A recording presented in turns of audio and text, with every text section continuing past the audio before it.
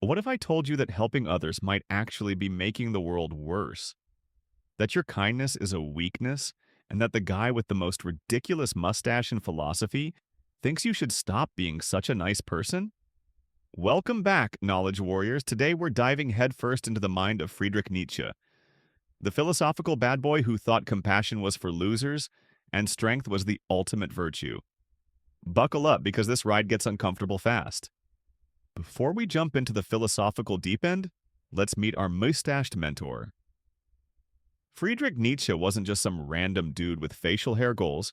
He was a 19th century German philosopher who basically looked at conventional morality and said, "Nah, I'm good."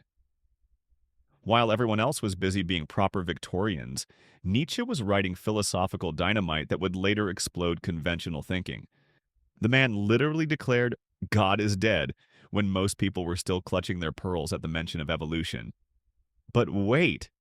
Before you click away thinking this is just another boring philosophy lecture, let me ask you something. Have you ever wondered if being good is actually bad? Nietzsche dropped a psychological nuke with his concept of master and slave morality. According to our mustachioed friend, there are two types of ethical systems. Master morality, created by the strong, celebrating power, achievement, and excellence.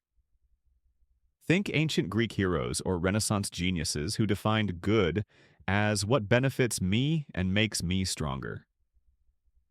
Now here's where things get spicy. Nietzsche believed that most modern morality comes from the weak. Christianity? Slave morality.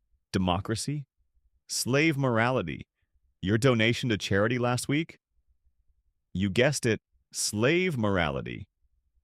But hold up. Is Nietzsche just being a philosophical edgelord, or is there something deeper here?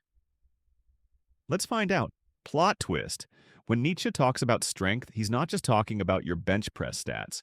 He's talking about psychological strength, the ability to affirm life, embrace suffering, and create your own values. The truly strong person, according to Nietzsche, doesn't need external validation or comforting lies. They look reality in its terrifying face and say, "Bring it on." They don't need gods, governments, or gurus telling them what's right and wrong. Think about it. How many times have you done something just because society said you should? How often do you help others because you genuinely want to versus because you'd feel guilty if you didn't? Nietzsche would say that true psychological health means creating your own values rather than inheriting them from religion, society, or Twitter. The will to power isn't about dominating others, it's about mastering yourself.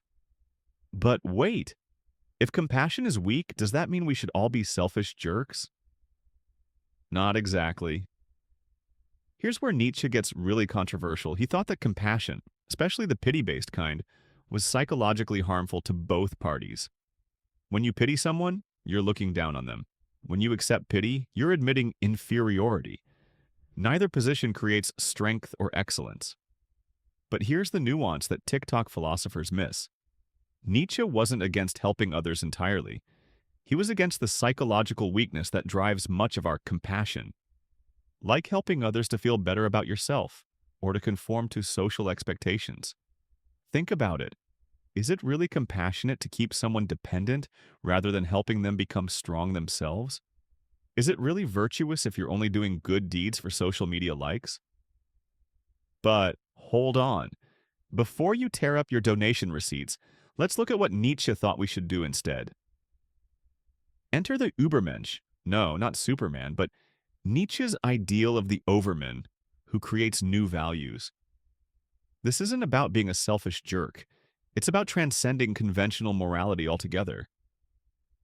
The Übermensch doesn't reject compassion because they're cruel. They reject conventional compassion because they have a higher vision for humanity.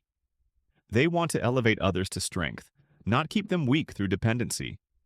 Imagine if instead of giving a hungry person a fish, you taught them to fish and helped them build a fishing company and challenge the economic system that made them hungry in the first place.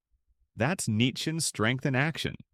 And if you want to dive deeper into philosophical ideas that will break your brain in the best possible way, smash that subscribe button and hit the notification bell. Next week, we're tackling whether free will is just an illusion, and trust me, that one's going to keep you up at night. Until then, stay strong, stay curious, and maybe question whether you're being nice for the right reasons. This is Sapient Mirage, signing off.